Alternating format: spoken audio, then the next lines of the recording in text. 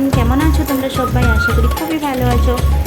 আমি আজকে বানিয়ে নেবো একটু মাছের ঝাল। তো তোমাদেরকে দেখাচ্ছি কীভাবে আমি মাছের ঝালটা বানাবো।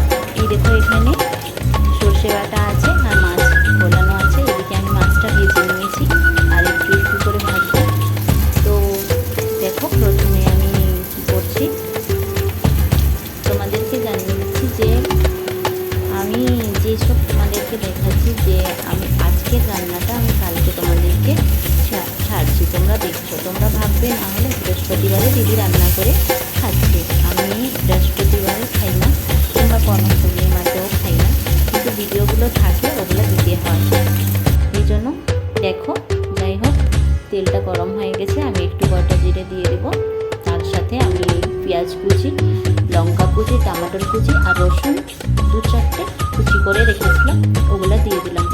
তারপরে একটু একটু ভাজা হয়ে গেলে তার সাথে আমি এখানে যে বাটা মশলাটা আছে, শুধু সরষেই বেটেছি, ওই সরষে বাটাটা দিয়ে দিই। এখানে হলুদ গুঁড়ো, কাশ্মীরি লঙ্কা আর গোটা জিরে আর 2-4টেখানি একটু ওই মেথি পাতা দিয়ে দিয়েছি।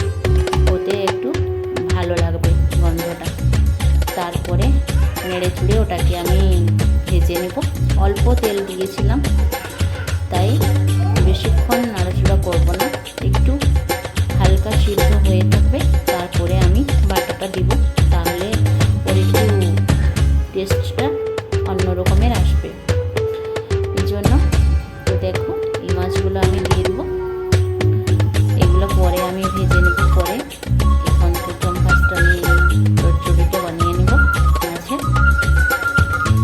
মাছের চচ্চড়ি অনেক প্রকারেরই হয়, তোমরা হয়তো করে থাকবে বাড়িতে। আমি এটাকে আবার একটু সস দিয়েও করি কোনো দিন, সেদিন যেমন, আজকে এরকমভাবে করছি। তাই দেখো, তোমরা কেমন করছো একটু বলবে। আমি দেখেছি অনেকেই পাতলা পাতলা চচ্চড়ি করে, ওটাও ভালো লাগে। যে দেশে যেমন, আমাদের এখানে এইভাবেই করা যায় আমাদের বাড়িতে বিশেষ করে। এই যে দেখো, পাতিলেবুর রসটা এখন দিয়ে দেবো আর মাছগুলো দিয়ে দেবো। এতে বাস একটু ফুটে যাবে, তারপরে একটু রসটা চিপড়ে দিলাম, তারপরে বন্ধ করে দেবো। একটু ফুটে গেলে ওর গন্ধটা না হলে বার হয়ে যাবে।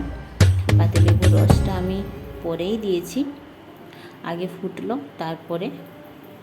এই যে আমার মাছের রেসিপিটা তোমাদেরকে কেমন লাগলো, যদি ভালো লেগে থাকে তাহলে একটু গঠনমূলক কমেন্ট করে বলে দিও। সবাই ভালো থেকো, সুস্থ থেকো। আর আজ আসছি তাহলে, টাটা, বাই বাই।